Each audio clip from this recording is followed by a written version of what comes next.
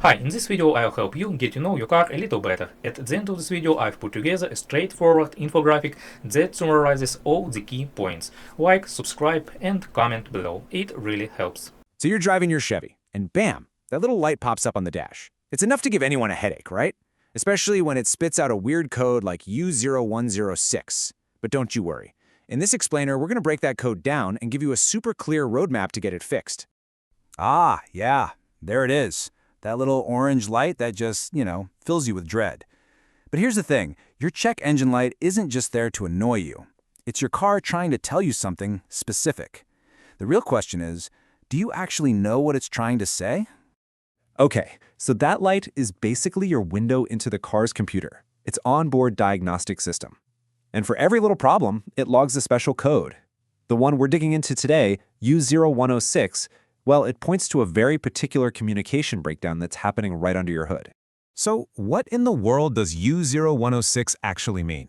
Well, the official jargon is lost communication with the glow plug control module. Let's put that in plain English. Your diesel engine has this critical part for starting up called the glow plug control module. And right now, it's gone completely silent. Your car's main computer is trying to talk to it, but nothing. It's getting zero response. Now here's what makes this code so interesting. This isn't just about the power being out. The system can see that the module has power, and it knows the engine's running. It's kind of like calling a friend you know is home and you know their phone is on, but they just don't pick up.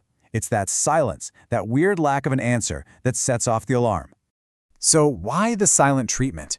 Well, this whole communication breakdown usually comes down to one of four common problems. We're going to walk through every single one, starting with the simplest and moving to the more complex, so you can figure out exactly what's going on. All right, here's the game plan in a nutshell. We've got four main suspects we need to investigate. A simple bad connection, an issue with the power supply, a module that's actually damaged, or a problem with the wiring itself. Just think of this as our cheat sheet before we dive into the nitty-gritty of each one.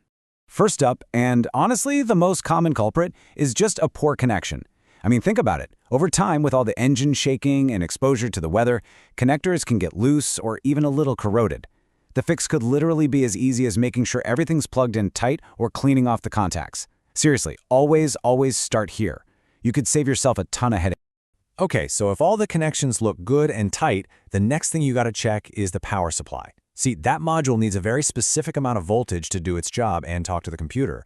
If the power it's getting is wrong, maybe it's too high, maybe it's too low, it just can't work right, and that's when it throws this communication error.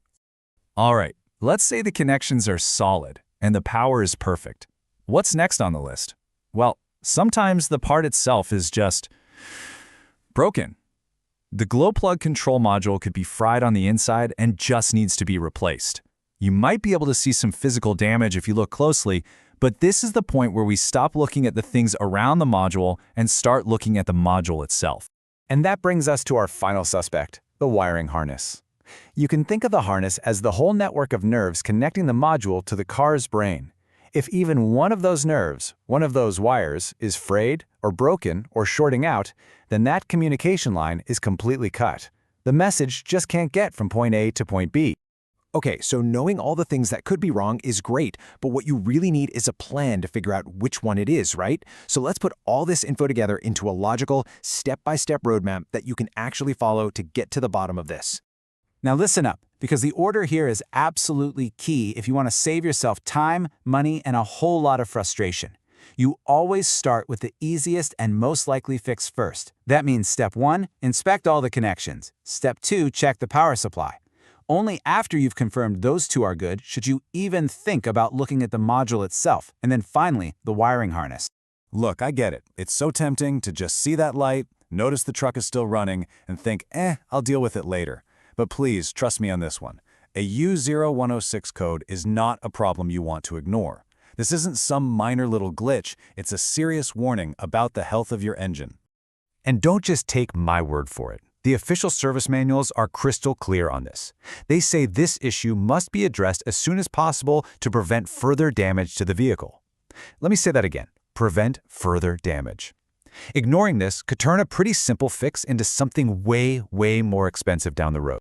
So there you have it. That warning light isn't so mysterious after all, is it? It's just the start of a conversation with your car. And now you know exactly what the U0106 code means, you know the 4 most likely things causing it, and you've got a logical plan to figure it out. So whether you're about to grab your own tools or just have a more informed conversation with your mechanic, you are no longer in the dark. The only question left is, what's your next move?